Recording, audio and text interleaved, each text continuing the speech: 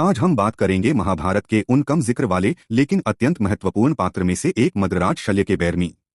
वह एक महान योद्धा थे जिनकी भूमिका कुरुक्षेत्र युद्ध में निर्णायक रही।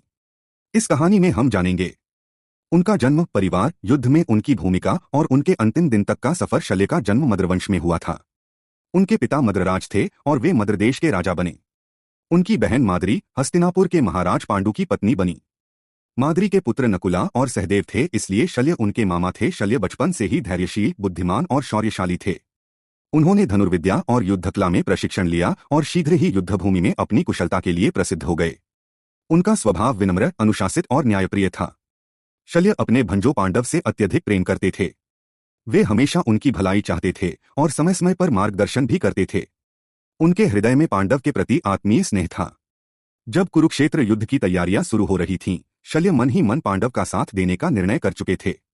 वे सेना लेकर उनके पास जाने ही वाले थे कि रास्ते में दुर्योधन ने उनसे छल किया। दुर्योधन ने शल्य के लिए भव्य स्वागत की व्यवस्था की, उन्हें राजा की तरह सम्मान दिया। शल्य ने सोचा कि यह सब पांडव की ओर से किया गया है और उन्होंने वहां प्रसन्न होकर वर मांग लिया।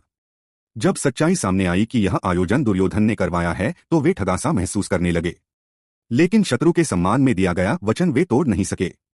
इस प्रकार उन्हें मजबूरी में कौरव पक्ष में शामिल होना पड़ा। युद्ध के दौरान शल्य को कर्ण का सारथी बनाया गया।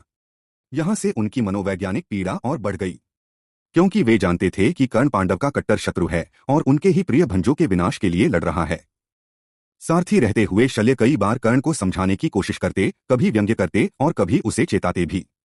वे चाहते थे कि कर्ण अहंकार छोड़कर सच को स्वीकार करे, लेकिन कर्ण अपने संकल्प से पीछे नहीं हटा। कर्ण और अर्जुन के बीच हुए घोर युद्ध में शल्य ने सारथी के रूप में अपनी जिम्मेदारी पूरी निभाई। कर्णा की मृत्यु के बाद शल्य का हृदय और अधिक द्वंद्व में डूब गया। भीष्म और द्रोणाचार्य के निधन के बाद और कर्ण की मृत्यु के पश्चात अंततः शल्य को कौरव सेना का सेनापति नियुक्त किया गया। उन्होंने अपनी रणनीति और नेतृत्व से सेना को संगठित करने की कोशिश की। अर्जुन और भीम जैसे महान योद्धाओं का सामना करने के लिए उन्होंने पूरी ताकत झोंक दी। शल्य का युद्ध कौशल अनुपम था। उन्होंने पांडवों की सेना के अनेक योद्धाओं को पराजित किया और अपनी वीरता से सबको चौंका दिया। लेकिन उनके लिए यह संघर्ष आसान नहीं था, क्योंकि उनके सामने उनके ही भांजे खड़े थे। अंततः युद्ध के 18वें दिन युधिष्ठिर ने शल्य को चुनौती दी। दोनों में भीषण युद्ध हुआ। शल्य ने युधिष्ठिर पर अनेक घातक प्रहार किए, लेकिन अंत में युधिष्ठिर ने अपने दिव्य शस्त्र से शल्य का वध कर दिया। शल्य की मृत्यु के साथ ही कौरव सेना का मनोबल टूट गया। पांडव को निर्णायक विजय का मार्ग मिल गया। शल्य की कहानी यह दर्शाती है कि कभी कभी कर्तव्य और परिवार, सही और गलत, प्रेम और युद्ध के बीच जटिल संघर्ष इंसान को अंदर से तोड़ देता है।